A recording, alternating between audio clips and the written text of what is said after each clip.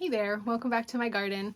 Today I'm going to get some planting done, but I also, before I took the plants out of my garden shed, I thought I'd show you how I store them while I am out of town. And also just, I guess, in general before I'm ready to plant them. A lot of times I do leave them by the hose bib that's by where I park. It's on a gravel, part of our gravel driveway, and it gets morning sun. So sometimes I'll leave them there, but I like to kind of generally keep them here in my garden shed just so they're out of the way. And kind of like it's easier for me to monitor them, I guess, in here. But I figured out that it's really helpful for me to have some bottom watering going on when I'm not home for a few days. So I was just out of town for a few days visiting my parents, and so I set these plants up in here with this method, and it helped them to stay watered and not having to ask my husband or my son to come out and do it. So I just thought I would flip you around and show you how I have the plants set up in here, and then we're gonna go get a few of them planted. So these are the plants that I got when I went to Bauman Farms to see Janie give her talk about the Proven Winners plants. And when I got back, I was going out of town the next day. So I just, right away, I put them all in different, various forms of trays like this. I think this one's like an old cat litter box, maybe. I'm not sure. This hydrangea right here is just in a tub that doesn't have holes in the bottom. This is probably my preferred method just because these are pretty inexpensive. It's just one of those storage totes, that usually has a lid. So that has two Veronica in it. This one just has the one hydrangea. This one here has this, I think this is a sweet spire, I believe, and then two lemon cypress. And then this one right here, this is just actually a shoe tray that we weren't using anymore. So basically what I'll do is I'll water from overhead. The water runs out and then it sits in the tray. And generally we don't want our plants, to sit in standing water, but in this case, they'll dry out so quickly that they'll just soak the water right back up. They don't sit in the water for very long. It's just as soon as they're thirsty, kind of, I think, like seedlings. A lot of times seedlings can be watered like that from, underneath. And yeah, so the runoff, but even like then before I actually left town, I filled up each of these trays with, I don't know, maybe about an inch and a half of water so that they could just suck it up as they needed it. And I came back after being gone for 3 days, and it was actually really, really warm. We've had such mild weather, and then of course when I go out of town it gets back up into the 90s. But all the plants were fine because they stayed really well watered in here. So now I'm gonna think about what we are gonna go get planted. I think I'm probably gonna just go ahead and do today the little Hottie hydrangea and these two beautiful, beautiful Veronica. I'm gonna have to be kind of careful working with them because the bees are just obsessed with this plant. They really, really like it. So yeah, I'm just gonna take them out to the no-till bed and get them placed and see where I'm gonna put them.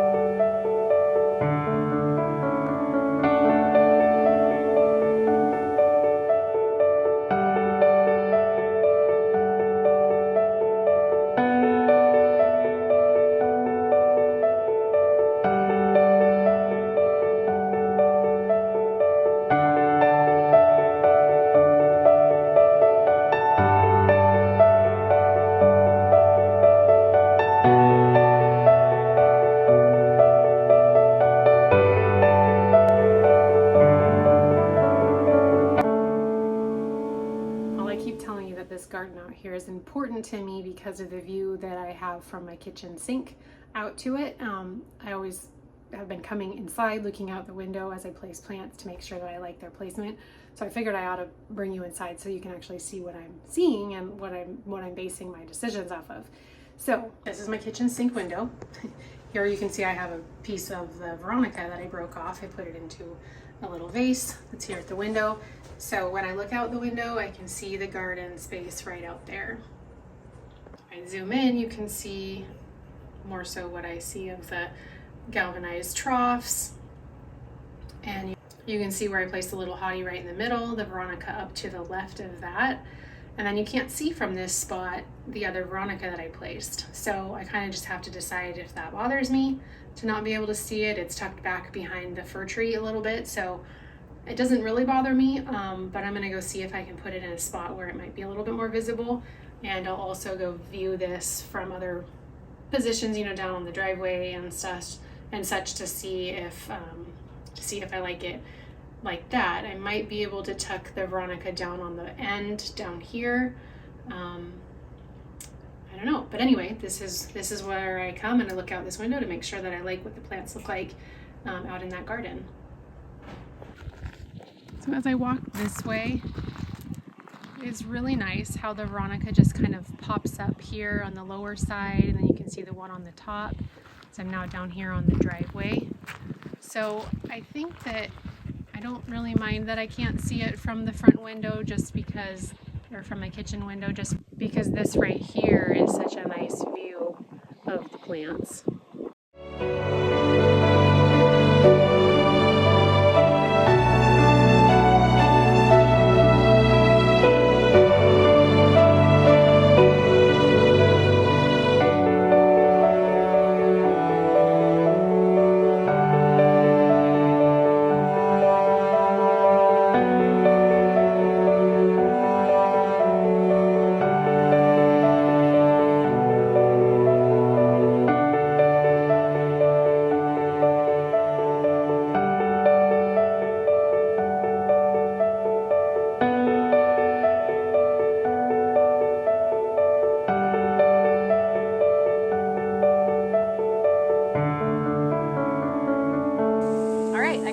Planted in, and I moved the Veronica to 2 different spots in this bed, and I just watched our old dog Charlie walk up through the bed, and he walked right where I was going to plant one of them. So I guess that's probably a good thing that I moved him, because maybe he would have been trampling on them. I don't know. Anyway, I'm just going to turn you around and show you where I put the 2 Veronica, which I think they're called Skyward Pink. I'll have to look it up and see. Neither of them had tags on them, so I'll look those up and see what they were called. And then of course the Hydrangea, like I said, that's a little Hottie.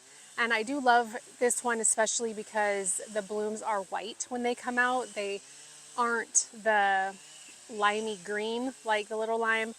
And I'm realizing now that I really like the pure white. I think I enjoy that a little bit more than the green color. But anyway, I'll turn you around and show you this garden now that it's pretty much full. All right, here we are at the top of the bed. You can see this is where I have the Fairy Trail Bride, Hydrangea, and then just below that I ended up putting the Veronica.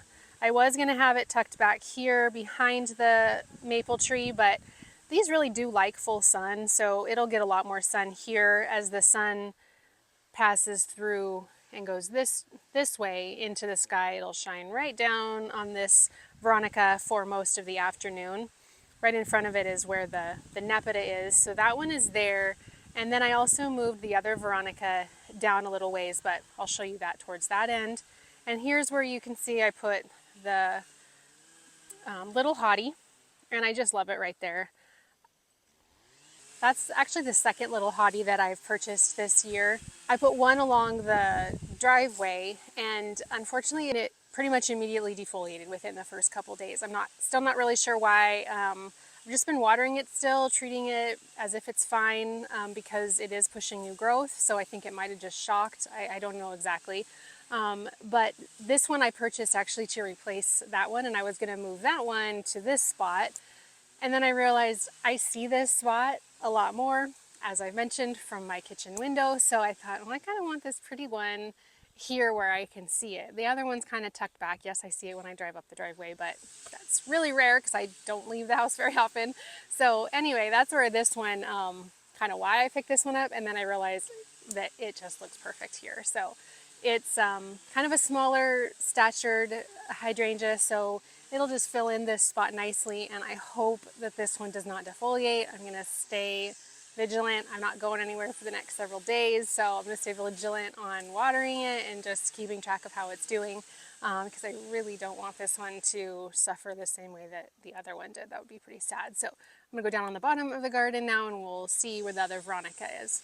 Okay, so as we come down the bed, you can see there's the Echinacea. And right down here, kind of towards the end, is where the Veronica is. It is a similar shape in plant with the upright blooms as this right here, which is a foxglove, but they'll bloom, I'm pretty sure, at different times. We'll have to see once they actually go through a full season. But they're, complementary colors, so they would look really pretty even if they were blooming at the same time. So that one I ended up putting there. It's pretty close to the false cypress, but that is just a really, really small, very slow growing shrub, so I'm not worried about that. But I liked this one right here. I thought it could have a little bit more room to grow out this direction, and also towards the redbud tree. So I'm happy with that. I have the drip going. All of these got hooked up to drip, so they should be good to go. All right, I think that's going to do it for me today. Thanks for hanging out with me while I got these plants placed, got them in the ground. It's been fun having you along while I've gotten this new no-dig bed installed and planted up. I mean, there's still nooks and crannies to plant things in, of course. And you probably remember that I did tell my husband that I wasn't going to be filling it up all the way this first season, but it's really hard not to do that. It's really hard not to do that. So anyway, yeah, and I hope it was helpful for you too to see also how I keep my plants watered while I'm out of town. That's why sometimes I think my plants are better taken care of when they're not in the ground, because I can put them where I can carefully water them, keep them in a group. It's a lot easier for me to do that. As I was planting in the hydrangea and the Veronicas, their root balls were nicely saturated, and I didn't even have to water them, right before I planted them. It was just because of how they'd been taken care of in my little garden shed. So I've also done that, I should mention too, with my hanging baskets. When I've gone out of town, I've used kiddie pools to set those down in and just keep some water in there. That's easy. It takes the pressure off of whoever's taking care of my plants too. Makes it a little easier for them. And I've also done that when I've gotten large groups of plants to put in a bed at once. I'll have one of those small blue kiddie pools and I'll put the plants in there and just keep them nicely watered that way. So anything that can make watering easier, I'm all for. So anyways, I hope you guys enjoyed this video. Thanks again for watching, and we'll see you in the next one. Bye.